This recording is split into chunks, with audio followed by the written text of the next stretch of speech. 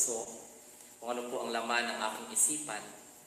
Ayaw kong magsabi ng kung ano yung aking mga nararamdaman sa pamamagitan ng sulat lamang. Kaya lahat ng mga naisulat ko, babasahin ko para at least na sa ganon ay maunawaan din po ninyo kung ano po ang aking nararamdaman sapagkat ako'y tao lamang na nasasaktan. Pero nais kong ipaalam sa inyo, hindi ako susuko sa laban ko bilang spokesperson ng Maharlika Nation. Hindi po nawawala ang determinasyon na ipalaganap sa kung anuman po ang dapat kong ipalaganap sa misyon na tinanggap ko sa buhay. Kung anuman po ang mga mangyayari, kung ano pang mangyayari sa misyon ko, handa po akong lumaban ng walang nasasaktan na kahit na sino man. So ngayong gabi, makinig po lahat ng aking mga followers. Meron po akong sasabihin sa inyo. Sinadya ko pong hindi po tingnan kung ano po ang mga message na naka-flash dyan sa screen ng aking cellphone para hindi po ako ma-distract.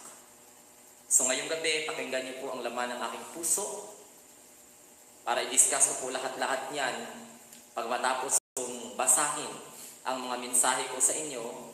At syempre, message ko rin po para sa aking mga sarili. So, ang aking hiling po lamang, pakishare po ninyo yung aking live. At huwag po kayong mag-alala.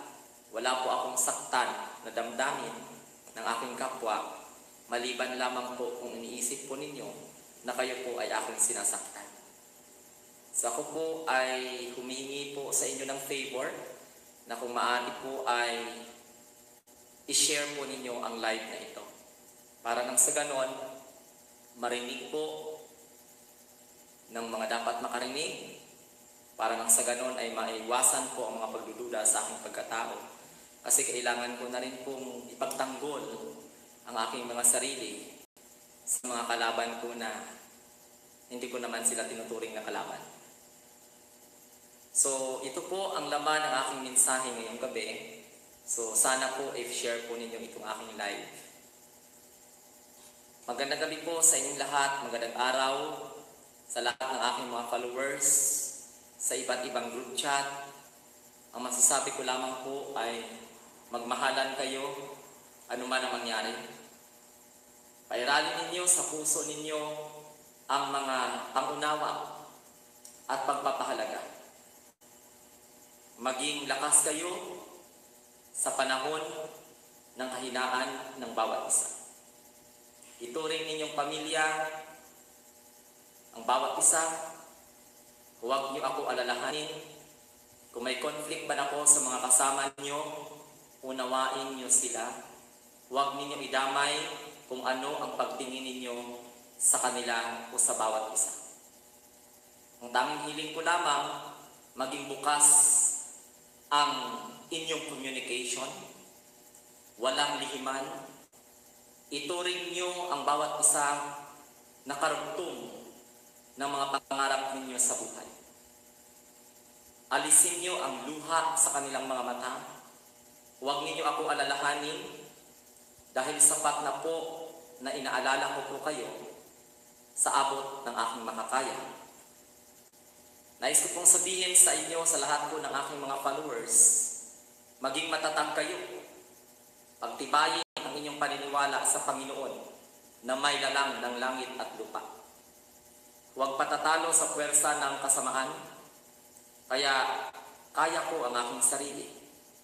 Handa ako masaktan at handa din ako manakit dahil sa pagmamahal ko sa mga tao.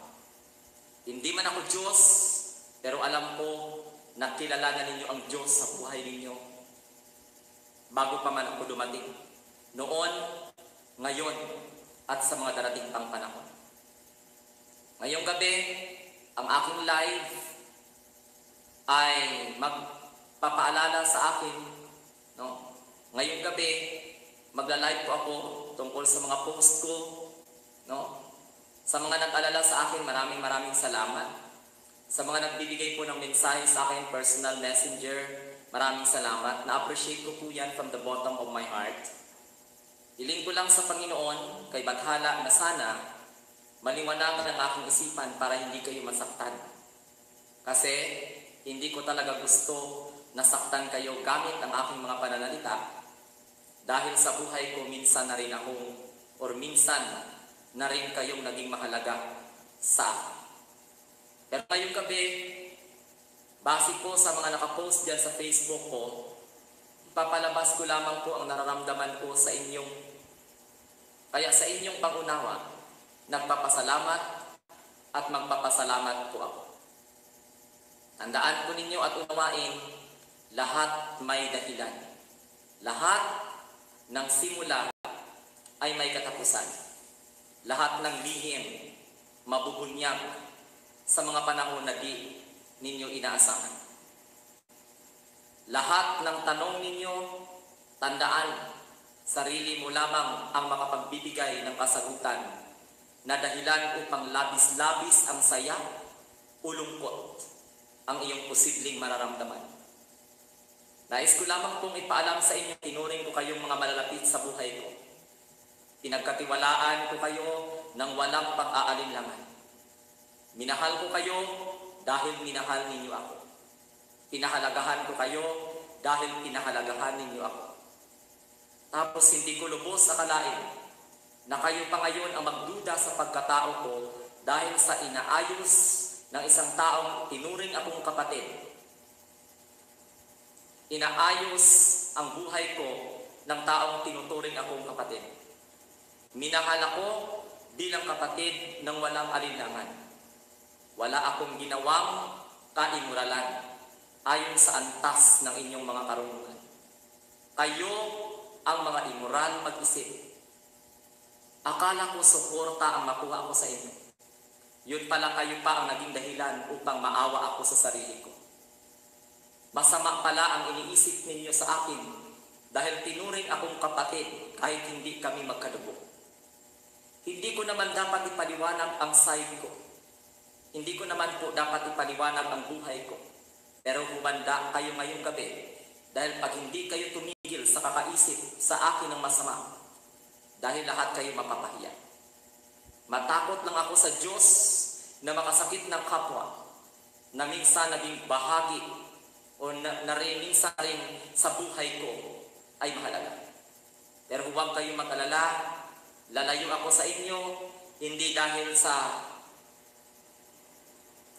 huwag kayong mag-alala, lalayo ako sa inyo dahil hindi ko kayo mahal o hindi kayo mahalaga sa akin.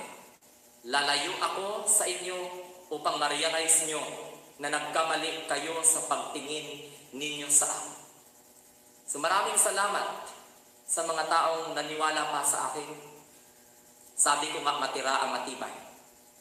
Alam ko, kilala nyo kung sino kayo na kahit anong paman ang panghuhusga sa akin, hindi kayo naniniwala.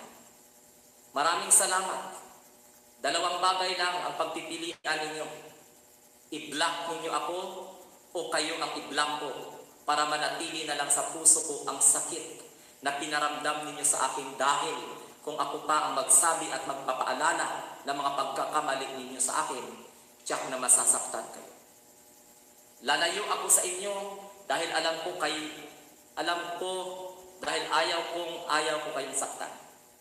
Kahit alam ko sa sarili ko na nasaktan ninyo ako, hindi nyo lang maamin. Salamat sa mga taong pinabangon o binabangon ang moral ko sa mga panahon na sinubok ang aking spiritual, mental, and emotional strength.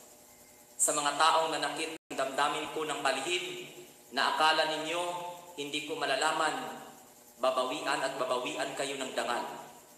Pagsisisihan ninyo ng sobra-sobra, marami kong alam na hindi niyo malalaman kung paano ko nalaman. Mapagpatawad akong tao, marunong akong magpakumbaba, marunong din akong humingi ng tawad, pero tandaan po ninyo, tao ako na hindi exempted sa mga nasasaktan, gaya ng inyong nararamdaman. Balang araw, if magkita-kita tayo, mata sa mata, kaya ko kayo harapin na ang minsang nagkamali kayo sa mga iniisip ninyo laban sa akin. Hindi ako makapaniwala sa mga natuklasan ko na ginagawa po ninyo sa akin. Tinira ninyo ako patalikod, ganon pa kayo magmahal at magpahalaga sa akin? Alam kong hindi tao ang kalaban ko. Balang araw malalaman ninyo. Sa kalaban ko, ito lang po ang masasabi ko, hindi kayo mabibilog ang ulo ko at hindi nyo kaya pasukin ang puso ko. Alam ng Panginoon na pinaniniwalaan nyo at masigit na pinaniniwalaan ko ang laman ng puso ko. Wala akong sama ng loob sa inyo o galit na nararamdaman. Wala akong karapatan. Pinili ko ang buhay ng may buong puso na paniniwala sa iyo. Binigyan mo ako ng pangalawang buhay. Yan ang mensahe ko sa Panginoong Diyos. Alam ng Panginoon. Kaya ito ang sasabihin ko, kung naniniwala kayo sa Panginoon, mas sobra pa ako ng naniniwala sa Panginoon. Kaya ito ngayon ang sasabihin ko, Lord, alam mo ang laman ng puso ko. Wala akong sama ng loob o galit na nararamdaman. Wala akong karapatan. Pinili ko ang buhay na may buong puso ng paniniwala sa iyo. Binigyan mo ako ng pangalawang buhay upang patunayan ko ang silbi ko sa mga taong nagtiwala o hindi sa akin, mahal man ako o hindi. Lord, kung ano man ang marating ko sa buhay, alam ko mabubuhay ako sa iyong paggabay. Tao ako na binuo mo, binigyan mo ng buhay upang magmahal ng aking kapwa sa kabila ng sakit na aking nararamdaman, sa kabila ng sakit sa akin ay kanilang pinadaman. Bigyan mo pa ako ng lakas ng loob na mapagtagumpayan ko ang nais mo sa buhay ko nang walang masasaktan. Kahit paman, hindi ko maiiwasan. Darating ang araw na maunawaan din ako ng mga tao. Kung ano man ang pagkakilala nila sa pagkatao ko na nakakasakit sa damdamin ko sa punto ng buhay ko, patawarin mo sila dahil hindi man ako martir, pero kaya ko pang tiisin hanggang sa dumating ang oras o panahon na babalik ako sa pribadong buhay. Dahil ganito lang pala ang estado ng buhay ko, lakas ng loob nila na husgahan ako at pag-isipan ng masama. Kayo na po bahala sa kanila. Hindi ko hawak ang mga utak nila, pero hindi ako maawa sa sarili ko. Gawin kong lesson sa buhay ko ang mga masasakit na yugto ng buhay ko upang hindi masaktan ang ibang tao. Masakit ang iniisip at husga ng mga tao sa akin, pero proud ako with all humility na sinunod ko ang iyong utos sa pamamagitan ng aking konsensya. Kaya ang advice ko sa sarili ko, huwag ka mag-alala, Glenn. Maaalala ka rin nila kapag wala ka na. Kung hindi man, huwag ka na magtaka. Dahil sa umpisa pa lang ng laban mo, alam mo na magiging katapusan ito. That's why I always gave advices to myself in this ways. Glenn, be positive in the midst of negativity. Be happy in the midst of loneliness. Be strong in the midst of weaknesses. Be proud with all humility. Forgive those who think against you, for they don't know the real you, despite of their so-called love and support. Let them realize that they are good and better than, after they made worse speculation of what kind of person and personality you have. Thank you, Glenn, for making yourself you. You is you, for you are one of the most beautiful masterpiece of God. Dahil hindi ka ng mga tao na uunawaan, pinakita mo at nagawa mong unawain sila. Dahil tinuring ka ng ilan na kaaway, natuto kang mahalin sila kapalit ng panghuhusga. Huwag kang mag-alala, Glenn, ilang beses ka man nasaktan at lumuha dahil sa kanilang mga maling akala.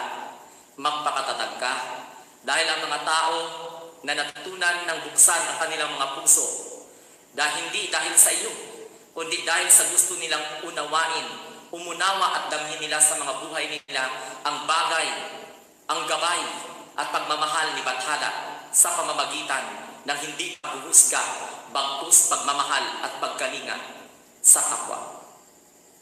Dato, magsisibyan. So yan po ang mensahe ko ngayong gabi.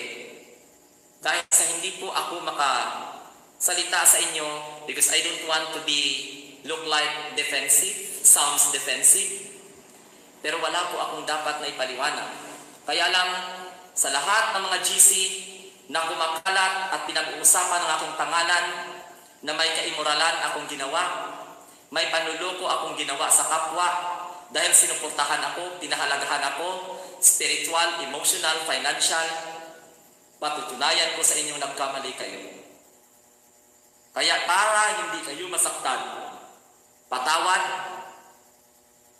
inalis ko kayo sa buhay ko, hindi dahil sa ayaw ko sa inyo, kundi dahil pinaramdam ninyo na ayaw nyo sa akin.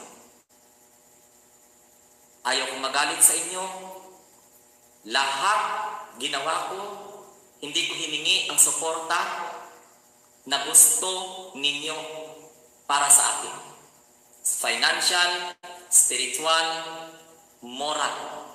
Hindi nyo nababasa ang tunay ko na pagkatao.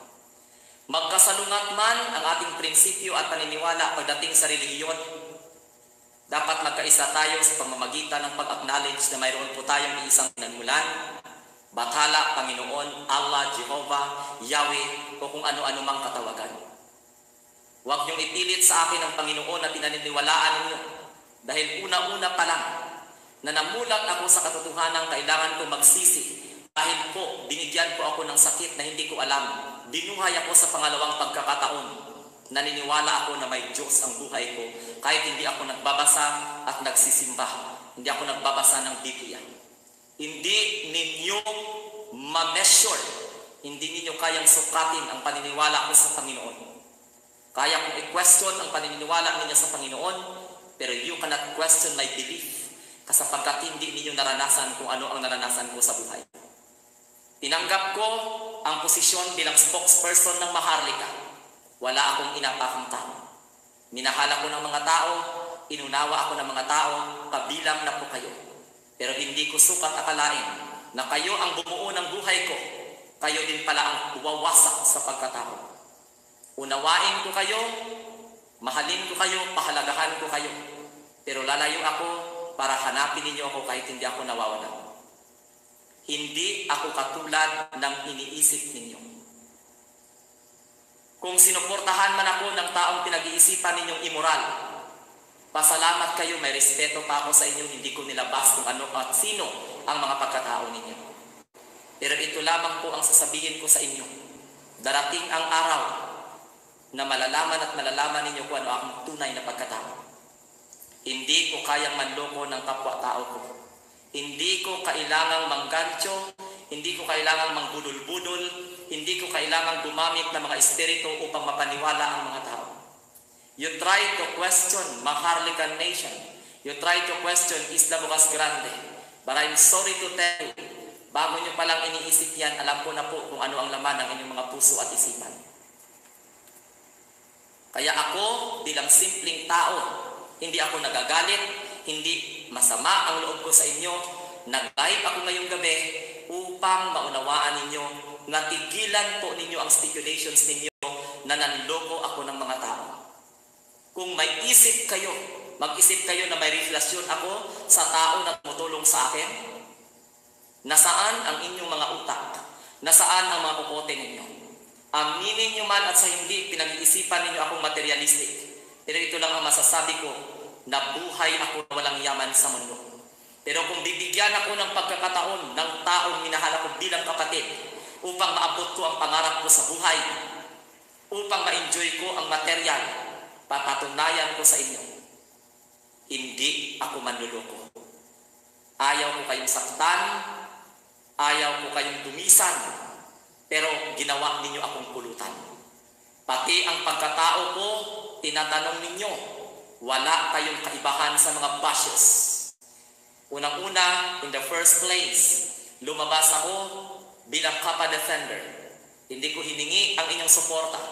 Bagkus nagpapasalamat ako dahil sinuportahan, inalagaan at minahal po ninyo ako. Binalikan ko po yan upang hindi lamang po masira ang tiwala ninyo sa akin. Ang problema, pinuno ninyo ako. Kaya wag na wag ninyong ipamukha sa akin dahil hindi ko pinaniniwalaan Hindi ko tinatanggap kung ano ang mga nasa isip ninyo pagdating sa inyong spiritual development. Mag-isip kayong nag-iba na ako. I am very sorry dahil bago kayo dumating sa buhay ko, kahit hindi ako nagbabasa ng Biblia, kahit hindi ko naririnig ang salita ng Diyos sa Biblia, alam ko na may Diyos ako dahil alam ko kung bakit. Binuhay ako sa pangalawang pagkakataon. Binuhay ako sa pangalawang pagkakataon sa sarili kong sikap na hindi po ako nakapunta ng ospital, na wala pong pamilya ko ang nagsuporta sa loob ng 3 buwan. Kinaya kong mabuhay dahil ang pangako ko sa Panginoon, bigyan ako ng pangalawang buhay, mag-alagad ako, ialay ko ang oras ko, at gawin ko pong makabuluhan ang buhay ko. Ngayong ginawa ko ang buhay ko, pilit ninyong pinapaunawa sa akin na walang Diyos. Dahil akala ninyo kayo lang nagbabasa ng Biblia, you cannot question my faith to Him. Kaya iyan ang dapat ninyong tandaan. Hindi ko kayo pinag-iisipan ng masama, pero pinag-iisipan ninyo ako ng masama, na akala ninyo ang dumi-dumi ko, nag-iisip pa kayo na may relasyon ako sa taong tumulong sa akin, napaka-immoral ng pag-iisip ninyo. Ayaw ko kayong saktan, dahil kayo ang una, kayo ang nakakilala sa akin. Pero hindi ko po papayagang dumisan ninyo ang aking pagkatao na hindi rin kayo masaktan. Masasaktan kayo dahil mahal ko kayo. Kaya hindi ko minimension ang inyong mga pangalan. Pero wag na wag ninyong pilitin ang isang Glendy Limangco Elorico, ang Dato Emmanuel Magsisibya, dahil kapaladkarin ko kayo sa putik ng kakahiyan sa inyong maling akala sa pagkatao ko. Hindi ko po pinagdudahan ang tulong ng mga tao sa akin. Dahil alam ko, sino ba ako natatanggi sa mga tulong? Hindi ako nanghihingi. Hindi ako humihingi ng tulong. You cannot buy my principle. Kaya lamang po, tinanggap ko ang pagmamahal na itinuring ng pagmamahal na sobra pa sa kapatid. Pagmamahal na kung saan walang halong pera. Ngayon pag-iisipan ninyo ako ng masama. Kayong mga nasa GC, wag na wag yung hintayin na isa-isahin ko kayo, kilala ko kayo. May respeto lamang po ako sa inyo. Dahil natatakot ako sa Diyos na makasakit ako ng aking kapwa. Pero ang tandaan po ninyo, hindi po ako ang kalaban ninyo. Kapag ako ang binangga ninyo, hindi po ako ang magiging kalaban ninyo. Alam niyo kung bakit? Ang pinakamatinding kalaban ninyo, ang konsensya ninyo. Kaya magtatanong kayo kung ano ang kasalanan niyo sa akin, sagutin niyo yan. Dahil alam niyo in the first place. Kung talagang mahal ninyo ako, bakit hindi niyo ako kayang suportahan? Bakit hindi niyo ako kayang protektahan? Hindi ninyo ako kayang protektahan kung ililihim po ninyo ang mga sinasabi against me. Anong klaseng pagmamahal at pagpuprotekta yan bilang followers? Hindi ko kayo tinuring na followers. Tinuring ko kayong pamilya. Dahil unang-una, ang pinakamahirap na bagay na ibibigay sa mga tao ay ang tiwala. Nagtiwala ako sa inyo, nagtiwala kayo sa akin, kaya ako kahit ano pa, hindi ko po sinubukang sirain ang tiwala ninyo sa akin. Pero kayo ang sumira ng tiwala ko sa inyo. Kaya po, pasensyahan lamang po tayo dahil ayaw ko kayong masaktan. Kusa akong lalayo sa mga buhay ninyo. Walang personalan. You try to question my belief, spirituality, because naniniwala ako sa Maharlikan Nation. You cannot question that. Wala pong hatid na masama ang Maharlikan Nation. Wala pong mahatid na masama ang Atuyay Isla Bocas Grande. Kaya kapag ganyan ang iniisip ninyo, magiging kalaban ninyo ako spiritual. Patunayan ninyo, puntahan ninyo, para malaman po ninyo, gamitan ninyo ng spiritualidad ninyo, gamitan ninyo ng power ninyo, upang nang sa ganun madiscover ninyo kung gaano katotoo ang mga nararamdaman ko na pilit ninyong sinasabing hindi po maganda, ayon po sa inyong panghuhusga. Ito ang dapat ninyong tandaan. Wala akong superpower na paikutin ang ulo ng mga tao. Lalong-lalo na po ang tao na nagturing sa aking bilang kapatid. Balang araw, hindi ko man po masabi ngayon, proud ako sa buhay ko sapagkat tinanggap ako bilang pamilya na hindi kami magkadugo. Ngunit, magkapatid sa Espiritu. Pinagkatiwalaan ako ng mga tao, gaya ng pagtiwala sa inyo ng mga tao. Pero ano ang iniisip ninyo at hinuhusga sa akin? Immoral, may relasyon ako sa isang taong tumulong sa akin. Diyan kayo nagkamali dahil may nalaman ako na hindi nyo malalaman kung paano ko nalaman. Saan kayo humuhugot ng lakas? Tanungin ko kayo. Yung tumulong kayo sa akin, ibig sabihin pala na budol-budol ko kayo. Spiritual, emotional, financial, never kung nanghingi sa inyo. Kaya po, please, tigilan na ninyo yan kasi kilala ko kayo. Tigilan na ninyo yan kasi kilala ko kayo. No one can put a good man down. Kaya kong ibulaklak ang buhay ko. Kaya prangkahin ko kayo kung ano man ang marating ko sa buhay. Hindi ako selfish. Pasalamatan ko sa Diyos. Hindi nga po uma-accept ng pasalamat ang taong tumutulong sa akin at nagturing sa akin bilang kapatid. Tapos kayo pag-iisipan ninyo ako na nabudol-budol ko. Ang masakit pa doon, alam ninyo mga kababayan, galing pa mismo sa mga itinuturing kong kapamilya. Yung mga taong nagtiwala mismo sa akin. Ano kaya ang mukha ninyo na ihaharap kung pangalanan ko kayo? Kaya lamang po, hindi. Bilang spokesperson ng Maharlika Nation, nirerespeto ko ang paniniwala ng bawat isa. Because I am also a Balik Islam.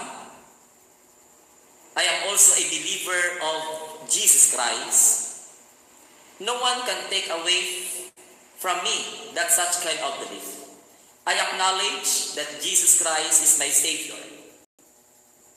Without God in my life, I am nothing today at this point of time. Without God in my life, I don't have any strength to become a survivor. Because first and foremost, saksi po ang aking pamilya kung paano ko naabot ang aking estado bilang simple na tao. Wala akong ipagmamalaki sa inyo. Sinasabi ko nga, ang mga nautangan ko lang ang mga may kasalanan ko. Dahil at this point of time, hindi pa ako nakabayad. Pero yung manloko ako ng aking kapwa, yung sinasabi ninyo, iniisip ninyo na mayroon pa akong relasyon, pag nakapunta ako sa isang lugar, baka magsama na kami, hindi ko pa sasabihin ang mga exact word. Bibitinin ko kayo para at least ikaw na nagsabi niyan, kurugin ka na. Para po sa kalaman ng lahat ang dumi ng mga kukote ninyo. Tinanggap ko ng buong buo ang tulong, actually hindi tulong. Ayaw nga magpasalamat ng tao. Ayaw magpasalamat ng tao ako sa kanya personally. Direkta ako sa Panginoon. Tapos kayo ang lakas ng loob ninyo na magsalita dyan sa GC ninyo na kung saan porket may relasyon kami, papatol ako sa matanda dahil sa palagi ko kayong binibiro ng senior citizen. Dumating yung taong nagmahal sa akin bilang kapatid, pinaghihinalaan ninyo. Ako na lamang po ang ichismis ninyo. Wag na wag ang isang babae, isang tao na kung saan tinuring akong kapatid ng walang pag-iibot at pag-alinlangan sa loob ng 5 buwan. Para po ninyo malaman, unawa ang aking kailangan sa inyo. Kung atensyon ang problema, lahat kayo binigyan ko ng atensyon. Wala akong pinipili sa inyo. Mayaman man kayo, mahirap man kayo, ang importante sa akin, malinis ang kalooban ninyo. Kung ganon ang tingin ninyo sa akin, wala kayong kaibahan sa mga bashers na inaway ninyo. Hinusgahan ako ng pagkatao ko. Tinanong ako ng pagkalalaki ko. Kinwestiyon ang pagkalalaki ko ng mga bashers ko. Tapos ngayon, mag-question din kayo. Di ba dapat kayo magbigay sa akin ng lakas? Ayaw kong banggitin ang mga pangalan ninyo dahil nangako ako sa Panginoon kay Bathala. Pero pag bililit po ninyo ako, lalabas at lalabas ang mga pinag-uusapan ninyo tungkol sa akin. Simple lang ako na klaseng tao. No one can buy my principles and dignity. Hindi po binili ang aking paniniwala ng taong nagmahal sa akin. Kung binigyan man ako ng oportunidad, binigyan man ako ng kung ano-anong yaman, binigyan man ako ng ganito-ganito, hindi ako nagyabang sa inyo. Imbis na kayo ang maging happy, di ba dapat maging happy kayo sa akin? Magiging masaya kayo sa akin? Pero why is it that you are just simply questioning the help from that woman? Considered me as her adopted brother. Di ba dapat kung ano po ang ibigay sa akin, hindi po dapat kayo mainggit? Hindi po dapat kayo magtanong? At hindi po kayo maawa sa mga sarili ninyo? Because once you question that help or compassion of that particular person, masahol pa kayo sa mga intero at mga inggitera. Kaya magtaka kayo kung paano ko nalaman. Pag makapunta pala ako sa isang lugar ng tao na kung saan tumulong sa akin at nagtuling sa akin bilang kapatid, magsama na kami bilang mag-asawa. Tapos pag sabihin ko walang mag-amin sa akin, anong palang tingin niyo sa mga taong nagsusumbong sa akin, chismosa? Kaya mag-ingat kayo sa mga GC ninyo. Kasi bakit? Makikilala kayo. Ha? Hindi lahat loyal sa inyo. Loyal pa rin ang tao sa akin. Kasi alam niyo kung bakit? Wala po akong niloko at wala po akong inagrabyado. So ibig sabihin kasi kayo man ang nagbigay sa akin. Mga chocolate, pera, anumang bagay. Ibig sabihin na budol-budol ko kayo.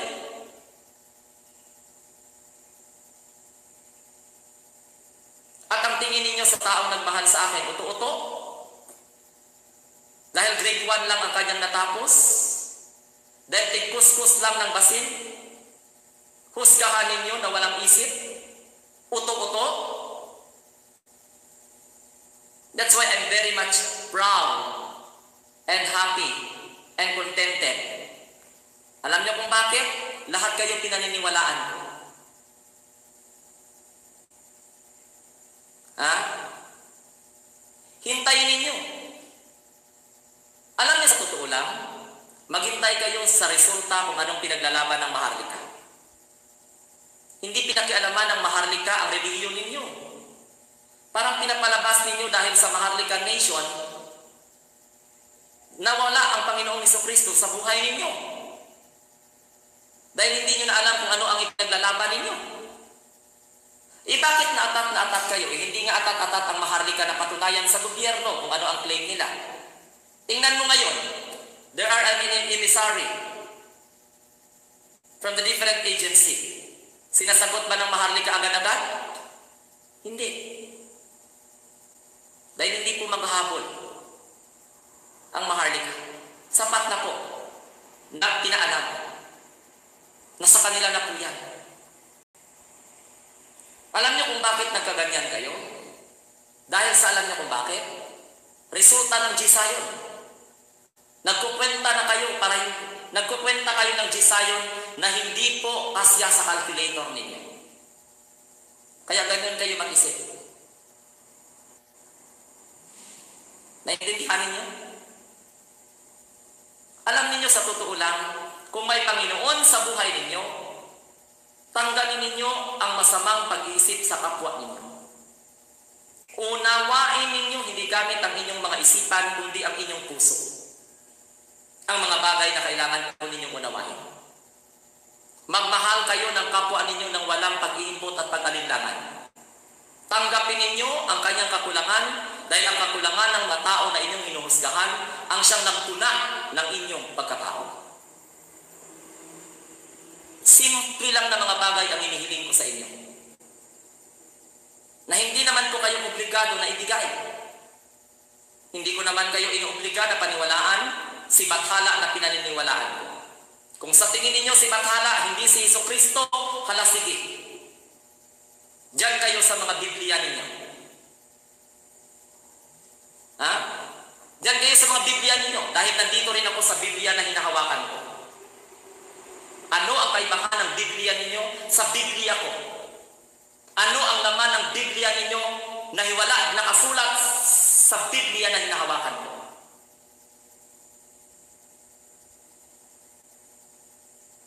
Ngayong pag hindi ko pakinggan, hindi ko basahin, hindi ko unawain ang mga words na binibigay ninyo, nag-iba na ako. Buksan ninyo ang inyong mga puso. Dahil ang pinili ay pagpipilian pa. Hahanapin ang mga hindi nawawala.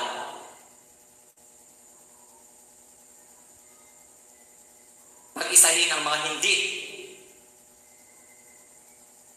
nagkahiwalay. Sinasabi ko sa inyo, hindi mata ang gamitin ninyo, kundi ang inyong mga puso. Kaya no one can question my belief.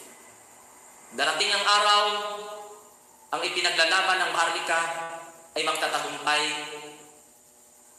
pareho din kayo na mabibigyan. Tinanggap ko ang hindi pangunawa ng mga bashers. Alam niyo ang mga nagsasabi na walang patutunguhan ang ipinaglalaban ng Maharlika? Dahil po yan sa tinatawag na material na bagay. Sinabi ko na sa inyo noon, magmanman kayo, humanda kayo dahil may darating na hindi nyo inaasahan. Tingnan nyo ngayon yan. Diba?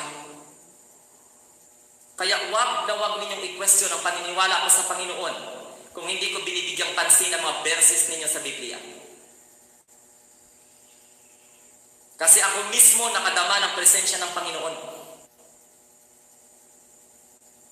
Kaya wag na wag niyong sabihin sa akin na natagpuan na ninyo ang Panginoong Hesukristo. Dahil ang sinasabi ko sa inyo, simula noon, ngayon, hanggang magpakailanman, hindi nawala si Hesukristo sa buhay ninyo. Hindi nyo lang naramdaman. Kaya dapat ang correct term dyan ay ganito. Naramdaman ko ngayon ang Panginoon sa buhay ko. Hindi po nahanap si Hesukristo sa buhay ko. Alam niyo kung bakit? Hindi po nawala ang Diyos sa buhay natin. Pero basa kayo ng basa ng Biblia, sinasabi ninyo, nahanap ko na ang Panginoong Hesukristo. Nahanap ko na ang totoong Panginoon. So ibig sabihin pala na buhay ka, tumanda ka na lang, nagkaisip ka, nagkalaman ang inyong isipan na walang Panginoon sa buhay ninyo. Kaya ngayon nyo lang sabihin na nahanap.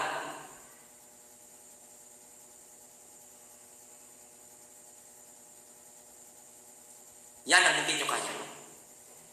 Ang Panginoong Hesukristo, si Allah, Jehovah, Yahweh, El Shaddai, Yeshua, or whatsoever, kung ano man ang katawagan, depende po sa terminolohiya o dialect or languages, hindi nawala. Hindi nyo lang naramdaman. Kaya wag na wag ninyong ipakita sa akin na dahil po hindi ako sumusunod sa kung ano man ang gusto ninyo, wala akong Panginoon sa buhay ko. Alam niyo kung bakit? Kung wala akong Panginoon, hindi ako nabuhay sa pangalawang pagkakataon. Kaya hindi ko pwedeng sabihin na tagpuan ko na ang Panginoon sa buhay ko. Mas matter ang sasabihin na ramdaman ko ang Panginoon sa buhay ko ngayon. Alam niyo kung bakit? Dumating sa punto ng buhay ko na hindi ko naramdaman ang Panginoon because I always considered myself looking good and better than. I'm always perfect based on my personal assumptions and at the same time, understanding sa sarili ko. Naging kampante ako, naging mayabang ako, naging astahayot ako. Hindi ako nakakaramdam ng awa sa sarili sa mga kapwa ko. Dahil naniniwala ako na ako ang magaling sa lahat. Dahil ako lang ang dapat manghusga. Dahil hindi ko nadama ang presensya ng Panginoon sa buhay ko. Pero nung pinadama ng Panginoon ang presensya niya sa tamang panahon, nagkasakit ako, pinaalala niya sa akin na wala akong karapatang magyabang, wala akong karapatang mangalipusta ng aking kapwa, wala akong karapatang magmalaki. Hanggang sa sabi ko sa sarili ko, Lord, kung buhayin mo lang ako sa pangalawang pagkakataon, magserbisyo ako sa inyo. Itataya ko ang buhay ko. At maraming salamat dahil po sa nakilala ko ang tunay na Panginoon sa buhay ko. Hindi dahil sa hindi ko siya kilala noon, kundi naramdaman ko ang Panginoon sa buhay ko. Kaya na-realize ko na hindi ko pala dapat sabihin na walang Panginoon sa buhay ko. Ako lang pala ang nag-ignore ng Panginoon sa buhay ko noong datay. Dahil ngayong naramdaman ko na ang Diyos sa buhay ko, pilit ninyong sinasabi na hindi po tayo magkasundo pagdating sa relihiyon na paniniwalaan at sa Diyos ninyo. Wag na wag din yung sabihin sa akin yan. Kasi bakit? Baka darating ang araw na mas kilala ko pa ang Panginoon. Nadama ko ang Panginoon. Saan ang mas important? Alam nyo, kung natagpuan ninyo, maaari ninyong walain ang Panginoon sa buhay ninyo. Tandaan po ninyo yan. Kung sinasabi ninyong natagpuan ninyo ang Panginoon, nakilala ninyo ang Panginoon sa buhay ninyo, maaaring hindi nyo siya makilala sa hinaharap at maaari nyo siyang walain sa buhay ninyo. Ako simple lang. Sa punto ng buhay ko ngayon, nadama ko ang Panginoon sa buhay ko. Kaya kahit saan man ako pumunta, dalala ko ang buhay na Diyos na pinaniniwalaan ko. Na pinaniniwalaan ninyo. Magkaiba man ang ating komunidad na ginagalawan. Yan ang wala kayo na mayroon ako. Hindi ako nagmamayabang sa inyo. Pero tandaan ko ninyo, mababasa ko ang laman ng puso at ang isip ninyo. Kaya huwag niyong sabihin na wala akong Diyos. Huwag niyong sabihin, huwag niyong ikumpara ang Diyos ninyo sa Diyos ko. Dahil nirespeto ko ang paniniwala ninyo.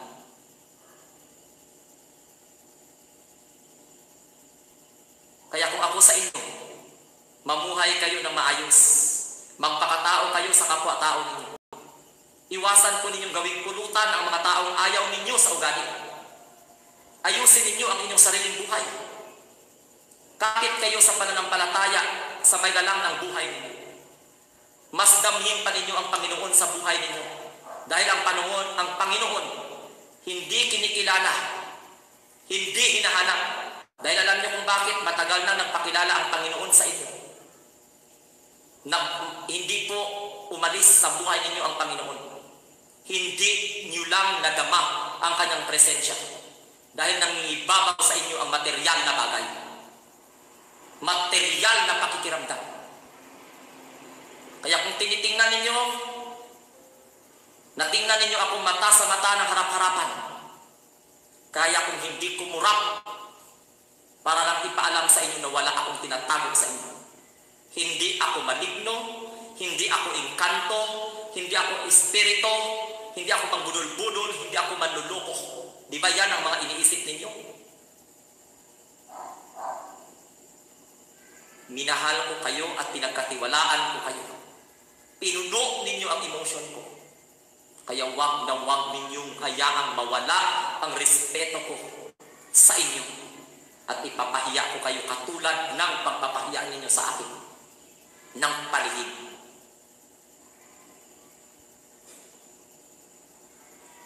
Yun lang. Ayaw kong mangaral sa inyo dahil matalino naman kayo. Ayaw kong magsalita ng tama dahil alam ko mali ako para sa inyo. Hindi ako nanguhusga sa inyo sapagkat sapat na ang panguhusga ninyo sa akin. Hindi ako magtatanong sa inyo sapagkat alam ko mismo na alam ninyo kung ano ang magiging kasagutan po ninyo. Ang inihiling ko lang po sa aking mga followers, sarili ninyo ang isipin ninyo.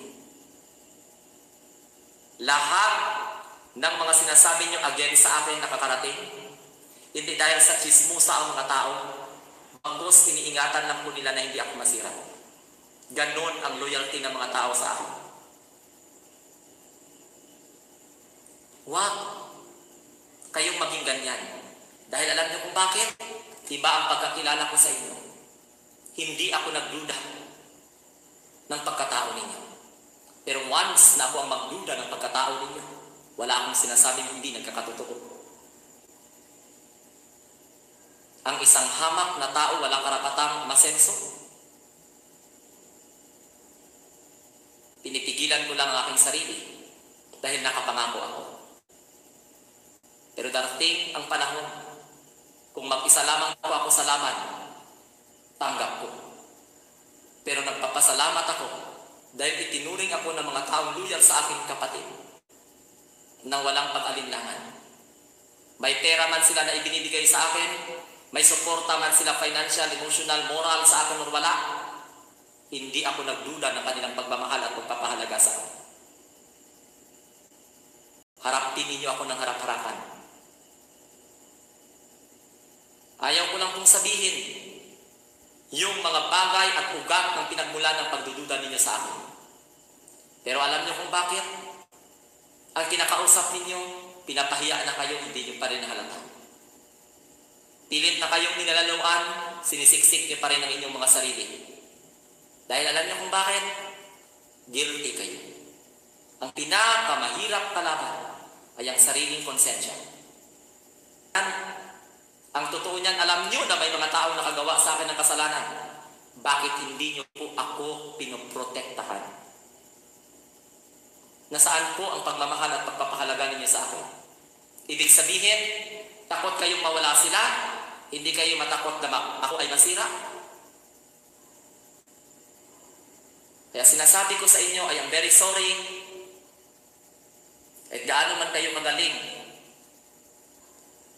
magpalaganap ng salita ng Diyos, kapag ako ang magbasa ng pagkatao ninyo, uhubatan ko kayo. Maliit pa lamang ako, nagserbisyo na ako sa simbahan. Alam ng mga tao kung saan pa ako lumaki. I am an altar boy or acolytes for 7 years. I am a catechist for 3 years. I am a believer of Jesus Christ for the entire of my life. But I acknowledge the presence of Allah in my life. Dahil alam niyo kung bakit? Pinaramdam ni Allah ang presensya na sa buhay ko sa pamamagitan ng mga taong naging bahagi kung bakit mayroon akong karunungan.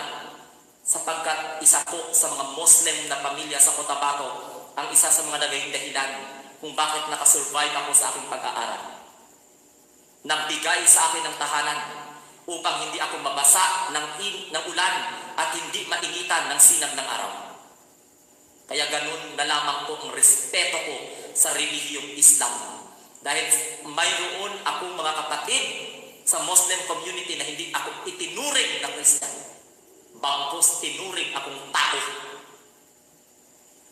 Kaya huwag niyong ipilit sa akin ang paniniwala ninyo sa Panginoon kung kayo mismo ay hindi nadama ang Panginoon. Nadama ko ang Panginoon, pero kayo, hinanap niyo pa at kinilala. Learn from the wisdom, not by your intelligence. Kaya kung nirespeto niyo lamang ako, hindi ako lalayo sa inyo.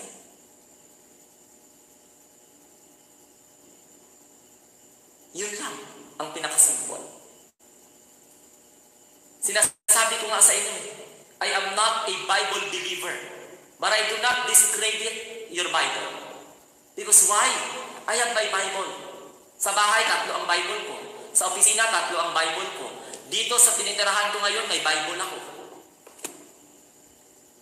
Kaya huwag niyong ipilit sa akin ang Panginoon na pinaniniwalaan ninyo, kinukumpara ninyo sa Panginoon ko. Porket sinasabi ko, bathala. Alam niyo kung bakit ang bumagabag sa utak ninyo? Inkanto. Spiritual. Kaya sinasabi ninyo sa akin na kalaban ko spiritual, baka kayo magiging kalaban ko kapag hindi niyo tigilan ang paninira niyo sa pagkatao ko. Ayusin po ninyo. Kasi alam niyo kung bakit? Simple lamang akong tao. Simula nang binuhay ako ng 2 pagkakataon, sa pangalawang pagkakataon, Nagkasakit ako, wala ako na ospital. Nagkasakit ako na nakahiga lang ako, hindi ako makalakad sa loob ng 3 buwan. Inalagaan ako, inalalayan ako, gulay ang kinakain ko, walang kung ano-anong karne, tiniis ko. Kaya kahit may sakit ako, nagtrabaho ako sa Mindanao. Nagturo ako dahil gusto kong makakain ako, mabuhay ako, at matupad ang mga pangarap ko sa buhay na makapagserbisyo sa Panginoong nagbigay ng pangalawang buhay ko. Ngayon, pagdududahan ninyo ako, how dare you? Shame on you. Wag ninyo akong kalabanin pagdating sa espiritual at sa relihiyon.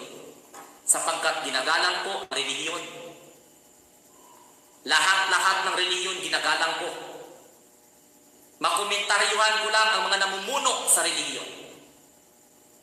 Dahil hindi na po maka-Diyos o makatarungan ang kanilang ginagawa. Dahil alam niyo kung bakit? Ginagamit ang salita ng Diyos upang gawin ang mga gawain ng diablo,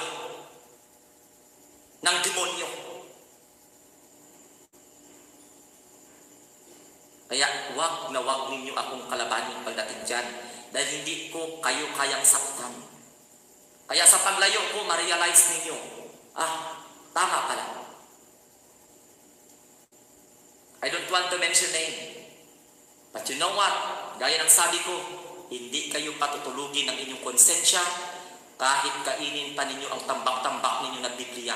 Dahil alam niyo kung bakit? Ang inusinting katulad ko, hinusgahan ninyo. Tinanong ninyo ang pagkatao. Niyurakan ninyo ang pagkatao ko. Kaya mapalad kayo, hindi ko kayo pinahiyan. Nasasalita ako in general. Kaya kahit na anuman pang defend ninyo sa sarili ninyo,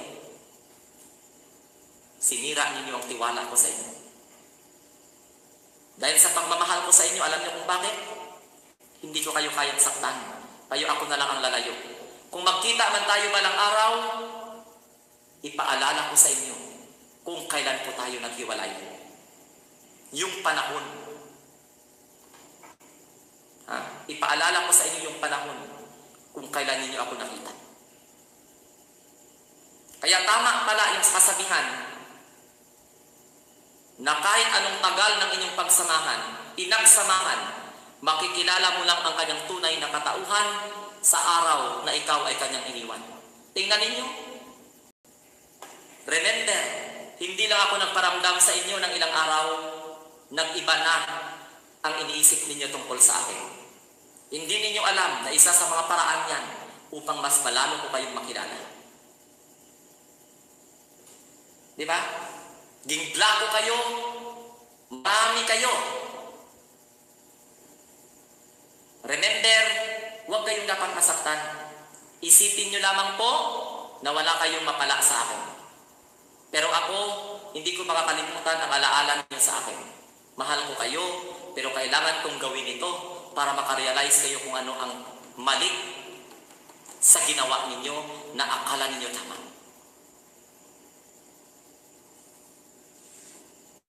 Yun ang sinasabi ko sa inyo eh.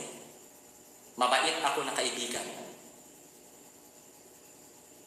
Pero iisipin ninyong masama ako na tao. Kapag dumating yung mga hindi ninyo inaasahan. Tandaan, wala pa akong kayang ipagbalaki sa inyo. Pero kaya kong iharap sa inyo ang mukha ko, ang pagkatao ko, malinis ang aking konsensya. Wala akong nilokong tao. Wala akong kaimoralan na pinasok sa buhay ko. Hindi ako papatol sa isang senior citizen na magpakasal or magsama o makipagrelasyon dahil sa pera. Kaya tigilan ninyo kung anong iniisip niyo sa akin. Uulitin ko, ni sa hinuha ko hindi ko inisip na pumatol sa isang senior citizen na pinatol sa isa na mayroong pera upang magyaman ako. Ngayon, na-realize na ninyo kung anong mali ninyo? Na-realize na ninyo? Uulitin ko sa 3 pagkakataon. Ni sa hinuha ko, hindi ko inisip na makipagrelasyon sa isang tao dahil sa pera, gaya ng iniisip ninyo.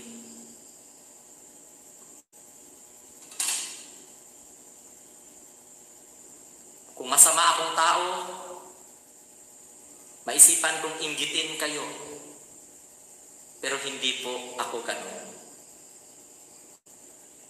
Kung minahal man ako nang itinuturing kong ate,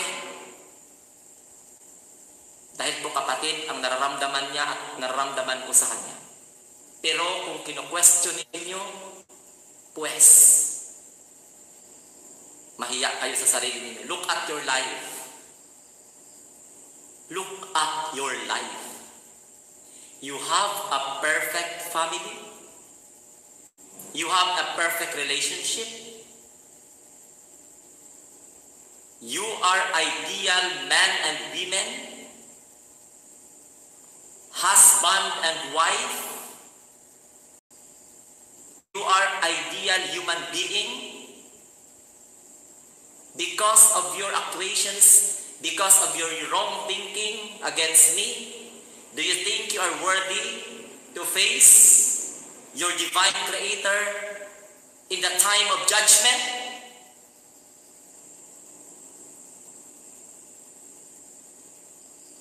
You cannot justify to the divine that you are a good Bible reader, that you are a religious man and women in this world. It is not a guarantee. Even though you memorize the verses of the Bible, it is not a guarantee for you to be saved.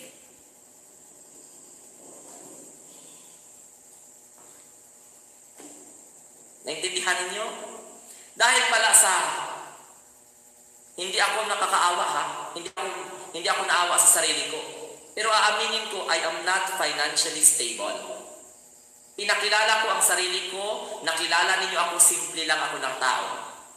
Pero may pangarap ako na makatulong sa kapwa ko simula nung maliit pa. Dahil alam niyo kung bakit? Simula first year high school pa lang ako, hanggang nang-aral ako ng masteral. Sarili ko, diskarte sa buhay ko. Kung bakit narating ko ang ganitong estado ng buhay ko.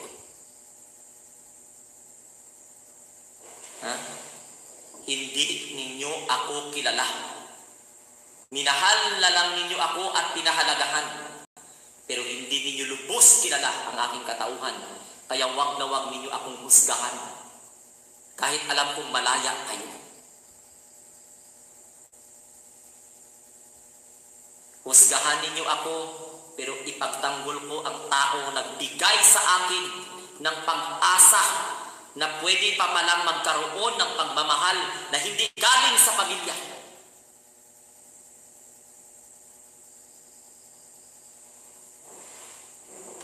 Naunawaan ninyo ako?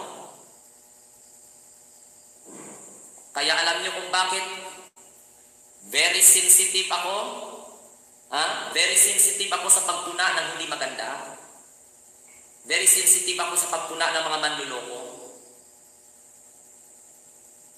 Yun ang pagkatao ko eh. Tapos husgahan ninyo ako. Iniisipan ninyo ako na binudul-budol ako ng atuyay? Iningkanto ako doon sa atuyay? Pinag-isipan ninyo ako na may espiritu ako na nakuha doon sa atuyay? Kaya ganun na lang ang tiwala ng taong nagtulong sa akin?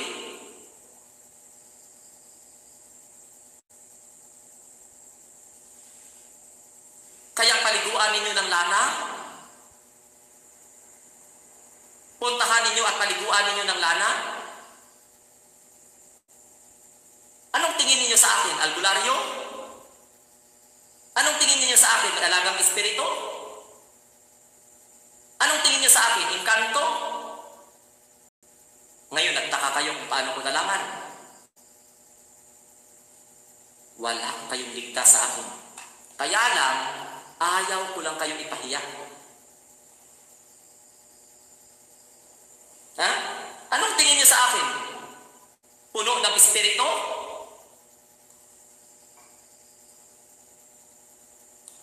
Pinag-isipan ninyo ako na pumunta ako sa Maharlika, pinunta ako sa Atuyay, naging ganito na ako? Kasi ibang-iba na yung pinaglalaban ko, hindi na yung Kappa Community Ministry. Hindi ko naman itinakwil na Kappa Defender ako. Ang puso ko nasa Kappa pa rin. Dahil utang na loob ko sa Kappa kung bakit ako namula sa katotohanan na kailangan kong magsalita in behalf sa mga less fortunate na katulad ko. Dahil naramdaman ko ang goal ng kanilang founder, ang magtulong sa kapwa. Ngayon naging spokesperson ako ng Maharlika, ibang-iba na ako ngayon. Dahil sa may naniniwala na tao sa akin, porkit nagbibigay ng tulong financial, spiritual, moral, may relasyon na kami kaagad. Pag-isipan nyo, kami ng masama. Nakapag-aral ba kayo?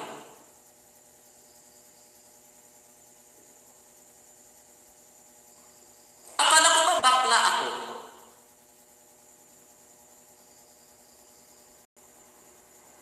Di ba? Di ba pinag-iisipan ninyo akong bakla? Tapos sabihan ninyo ako nakikipagrelasyon sa taong tumulong sa akin? Tao lang ako na nasasaktan rin. Ano pala ang gusto ninyo? Sa inyo mapunta ang tulong?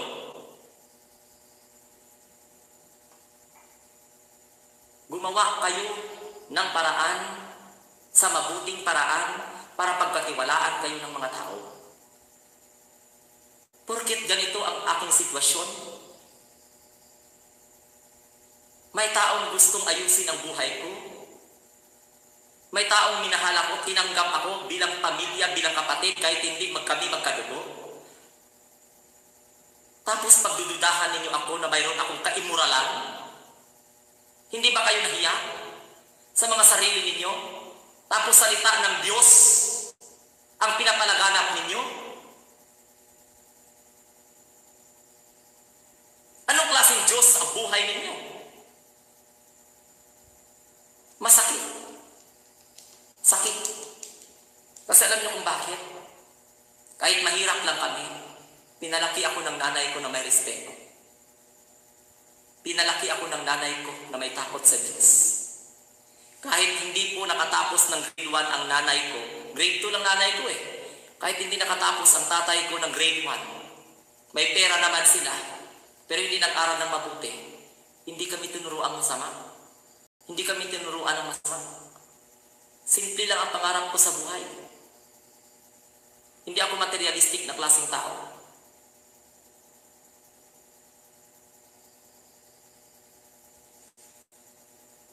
Ngayon, nagtaka kayo kung tinatanong ko kayo. Hindi lang isa, dalawa, tatlo, apat ang naghusga sa akin. Ang mas masakit, malapit pa sa puso ko. Kung ilabas ko kaya ang testigo ko, hindi yung tao nagsuporta sa akin at nagmahal sa akin bilang kapatid. Kung ilabas ko kayo kaagad-agad yung iba, hindi na pahiya kayo.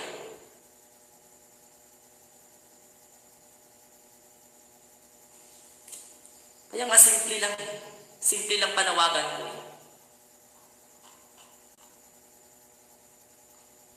You cannot put a good man down. Kung iniisip ninyo na masira ang relasyon namin ng taong pinagkatiwalaan ako, tinuring akong pamilya, nagkakamali kayo. Kaya kahit ano pang gawin ninyo, magchismis mo, ayusin ninyong hindi makarating sa akin dahil huhubaran ko kayo. Huhubaran ko kayo.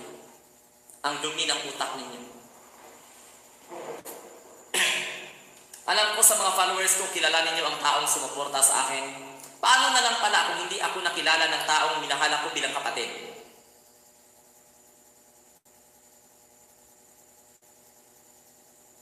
Ha?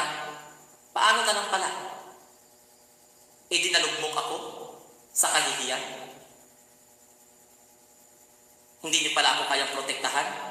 Tapos sabihin niyo pa ipaglaban ninyo ako ng patayan.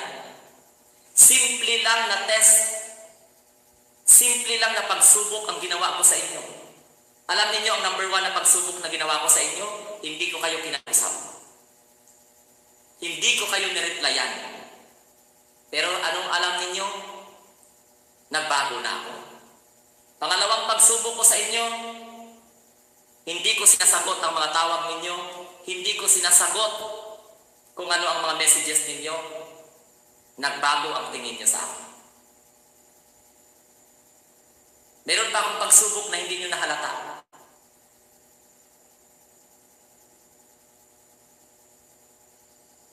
Kaya mag-isip kayo. Ha? Please lang. Anong tingin niyo pala kay Ate Angeline, asawa ang hinahanap niya? O, pangalanan ko na po. Ang taong nagturing sa aming pamilya, nagmahal sa akin ng bilang pamilya, bilang kapatid, bilang nakakabatang kapatid. Tapos pag-isipan ninyo ako ng ganon. Hindi nga si Ate Angeline gusto na magpasalamat ako sa kanya. Tanungin ninyo kung mayroon ba akong hiningi. Tanungin ninyo ang dumi ng mga kukutin ninyo. Isipin ninyo, mag-isip kayo. Pumunta ako ng Atuyay, pumunta ako ng Maharlika. Nabudol-budol ako doon, tapos nang budol-budol din ako ng mga tao. Anong klaseng pag-utak mayroon kayo? Ngayon, nagtaka kayo kung bakit ko alam. Ako na ang sirain ninyo. Huwag niyong idamay ang taong nagmahal sa akin bilang kapatid. Kasi pag hindi niyo po tigilan ang mga matatabil ninyong dila, ipapahiya ko kayo kasi kilala ko kayo. Kaya yung dapat niyong ingatan. Meron pa akong respeto sa inyo. Mayroon pa akong respeto sa inyo. Kung malinis ang konsensya ninyo, pag-isipan niyo kami ni Ate Angeline na may relasyon.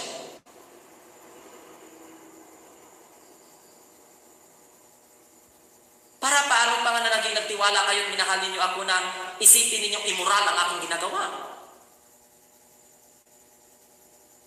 Kinakalaban ninyo ang mga kaaway ko tapos ganito kayo mag-isip sa akin?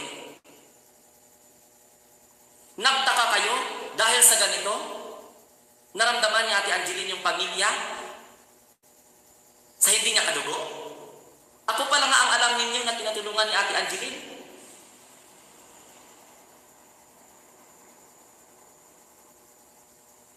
Alam ko, nauunawaan ko kayo eh.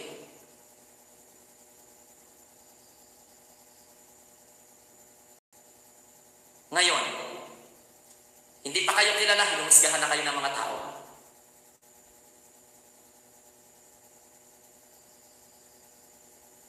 Ano pa ngayon ang mukha na iharap ninyo sa akin? Eh wala, kaya nga, pinapaalis ko na kayo. Ngayon nakarealize kayo. Alam ko may Diyos ako sa buhay ko. Oo, inaamin ko, hindi ko naramdaman. Dahil masyado akong bilib sa sarili ko, masyado akong nagtiwala sa sarili ko nung time na malakas pa ako. Pero nung pinaramdam ng Diyos ang presensya niya sa buhay ko, nagkasakit ako at na-realize ko na kailangan ko pang mabuhay sa pangalawang pagkakataon dahil may nanay ako, may kapatid ako, na ako lamang po ang inaasahan. Dahil sa totoo lang, ako lang naman po ang naghanap buhay sa pamilya namin eh. Kaya nga nagsikap ako eh. Kaya very much proud ako na kapag tapos ako ng pag-aaral ko, walang utang ang nanay ko. Kahit labandera, manggagarab, mamumugon, kahit icebuko kakainin ng nanay ko, hindi niya pa makain, ipakain pa sa akin. Sinuklian ko yun. Oo, nagrebelde ako sa mga magulang ko, pero umuwi ako, may diploma na ako. Kaya wag na wag niyo akong pag-isipan ng masama. Anong tingin niyo sa akin? Mukhang pera?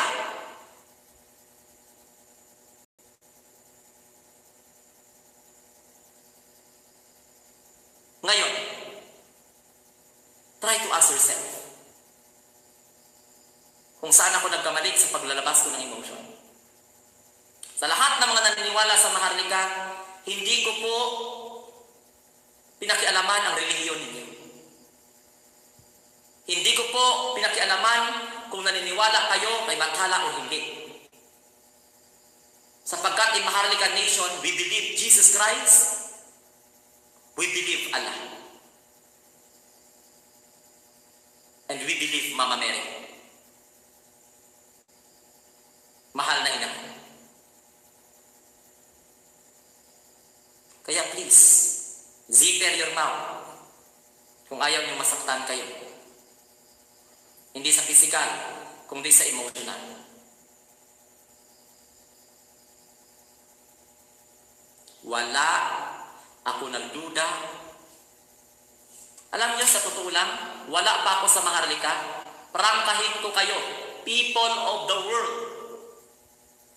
Hindi pa ako spokesperson ng Maharlika Nation.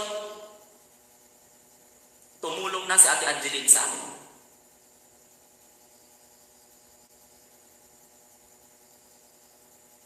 Hindi kayo ang unang nakakilala kay Ate Angeline. Tandaan niyo yan. Nagkaroon kami ng communication ni Ate Angeline dahil po gusto niya akong tulungan. Hindi pa ako sa Maharlika. Kaya please, alamin niyo muna bago kayo magkwento. Dahil wala kayong nalalaman. Nagturingan lang kayong magkapatid. Dahil pareho ko kayong followers.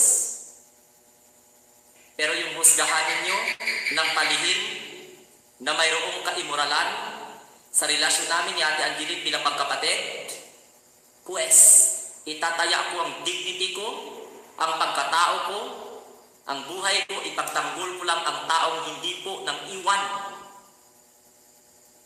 Bagkus nagtiwala at nagpalakas ng aking moral, spiritual, and emotional sa mga panahon na pinaluha ninyo ako sa palihim na paghusga ninyo ng pagkatao ko.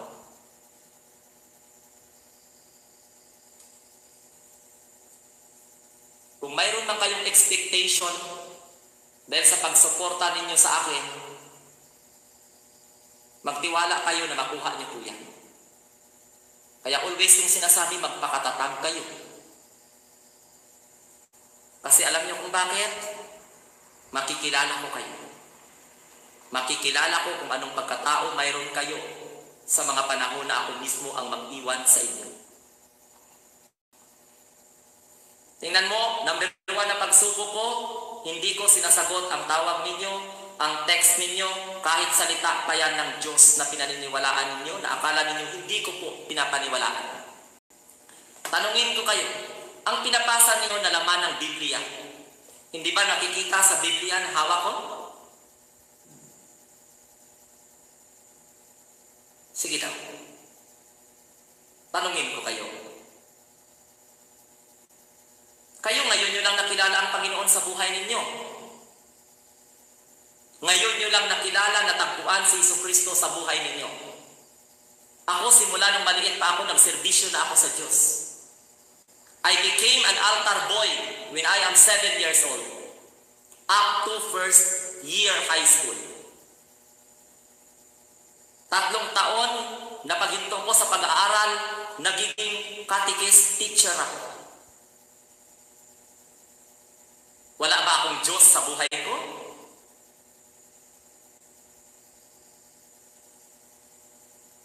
Ginagalang ko kayo, pero wag niyong ipagsiksikan sa akin ang prinsipyo ninyo na hindi ko po naramdaman. Kasi alam niyo kung bakit? 3 buwan na nakaratay ako sa banig, hinahatiran na ako ng pagkain, nagmumuni-muni ako kung sino ako, bakit ako nabuhay, bakit gusto ko pang mabuhay, at ano po ang purpose ko dito, bakit ako nabuhay. Kaya hindi ninyo naiintindihan ang pinagdadaanan ko spiritual.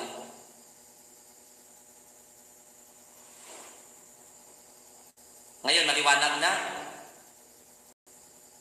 Hindi ko ina-underestimate ang spirituality ninyo, ang spiritual maturity ninyo.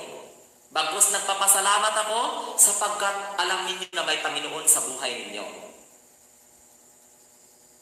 Pero yung ipagsiksikan ninyo, yung inyong prinsipyo, gamit ang looking good and better than, I am very sorry. Dahil mababasa ko kayo.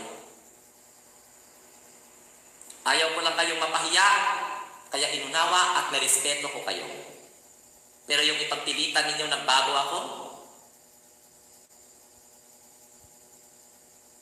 dahil pinakilala ko ang bathala sa buhay ninyo, logic-wise, can I force you to believe what I believe in?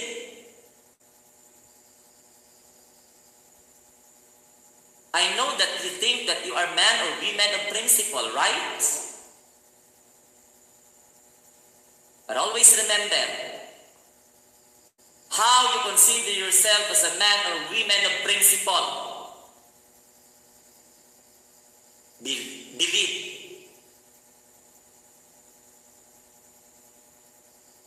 The Council of Elders. The elders that I am referring is not a person,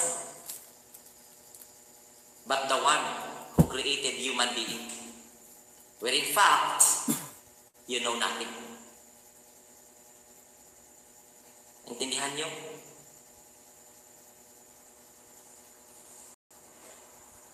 Kaya umayos kayo para magkarespetuhan tayo. Mababalatan ko kayo. Hindi kayo pwedeng magbalat kayo sa buhay ko. Alam niyo kung bakit? Wala pa akong sinabing hindi nagkakatotoo. Ang panghusga ninyo at ang maitim na pagtingin ninyo sa pagkatao ko, pagdusahan ninyo, kapag hindi kayo marunong humingi ng kapatawaran sa mga sarili ninyo ng taos puso. Kaya ako, pasalamat ako.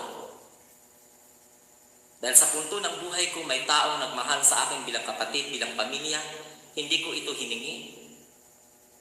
Wala akong hiningi. Pero hindi po ako kayang tumanggi. Sapagkat alam mo bukal sa kalooban niya ang pagtulong upang maayos ang buhay ko, financial, spiritual, emotional. Pero kung husgahan po ninyo ako, siguraduhin nyo lang na hindi ko malalaman. Dahil sa pangalawang pagkakataon na malaman ko, babalatan ko kayo. Alam nyo kung bakit? Mahal ko kayo eh. Kaya maaari kayong masaktan.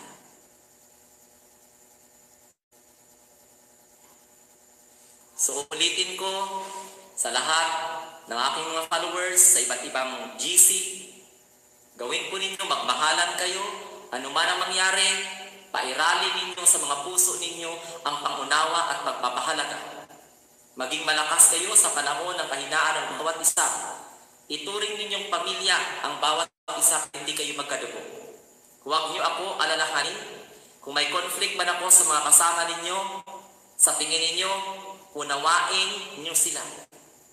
Huwag niyo idamay kung ano ang pagtingin nila sa iyo, kung ano ang relasyon ninyo sa mga grupo ninyo. Maging bukas ang communication, walang lihiman sa nakarugtong ng mga pangarap ninyo sa buhay. Alisin ninyo ang luha sa kanilang mga mata.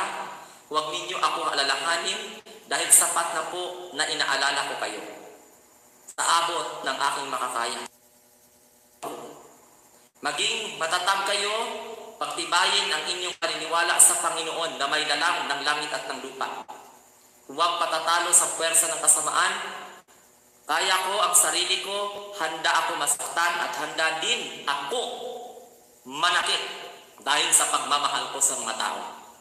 Hindi man ako Diyos, pero alam ko na kilala na ninyo ang Diyos sa buhay ninyo.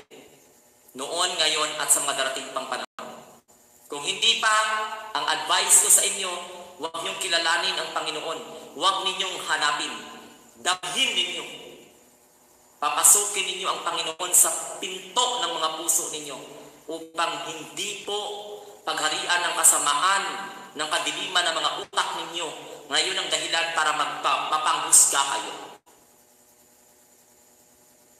Intindihan ninyo? So lahat po ng inyong mga messages sa akin, pinapasalamatan ko. Na-appreciate ko yan. Maraming salamat. Hindi, hiling ko lang sa Panginoon, kay Bathala na sana maliwanagan ang aking isipan para hindi ko kayo masaktan.